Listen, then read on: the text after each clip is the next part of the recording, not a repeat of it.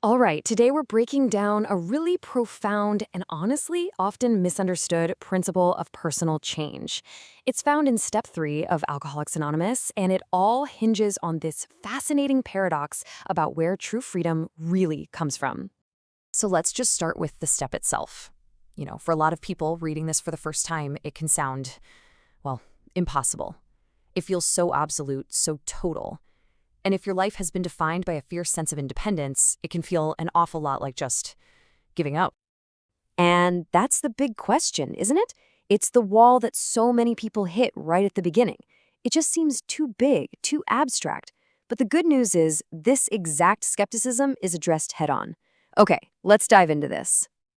So instead of thinking about this as some huge, insurmountable wall you have to smash through, picture it more like a door. A door that's already there, just waiting to be opened.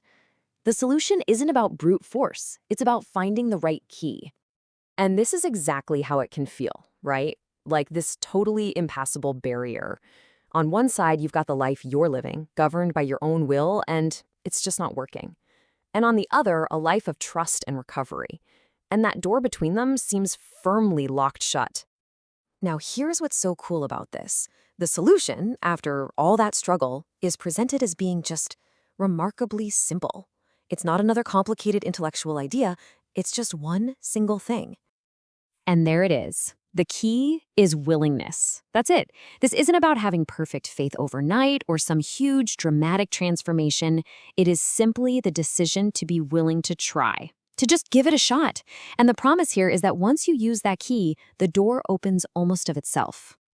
In fact, the argument is that anyone who's new to the program has already used this key, maybe without even realizing it.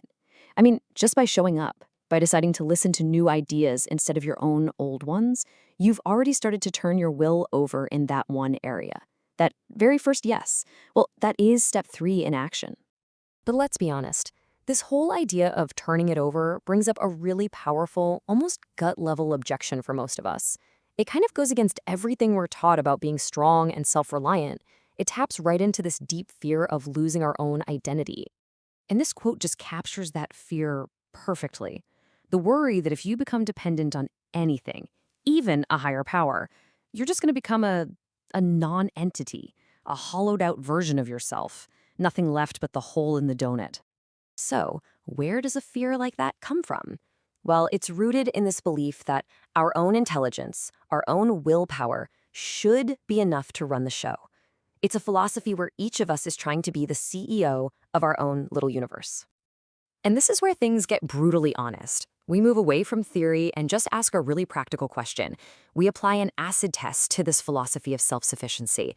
Forget how it sounds in theory. What are the actual real-world results? How's it working out? Wow.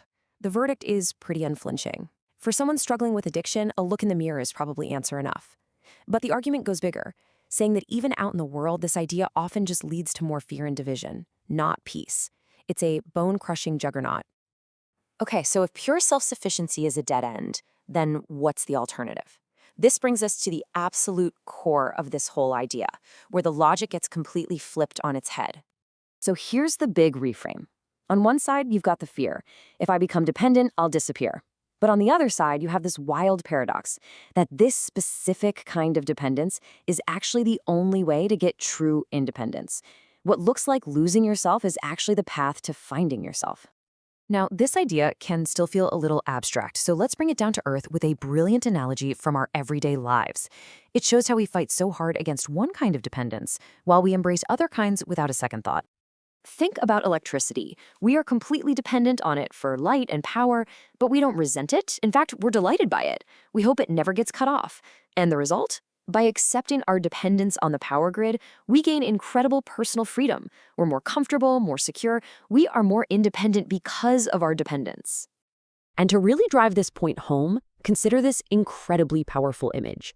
For this person, dependence isn't some philosophical problem or a sign of weakness. It is literally the source of life itself. So, how does this become a practical tool that you can actually use and not just a nice theory? Well, the key is understanding that step 3 isn't a one-and-done deal. It's not a decision you make once and then you're finished. It's a continuous daily practice. It's about turning that key over and over again. So, here's a super simple 3-step method for putting this into practice right when you need it most. Whenever you feel emotionally disturbed or you're stuck on a decision, the idea is, number 1, just pause. Stop everything.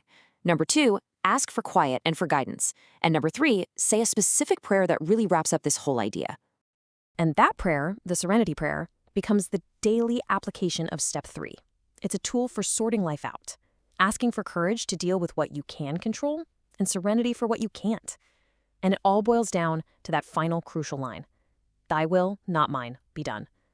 That is the turning of the key. It's the moment of letting go. And it leaves us with a final thought. What other parts of our lives could be totally transformed by this same paradoxical approach of finding freedom, not in control, but in trust?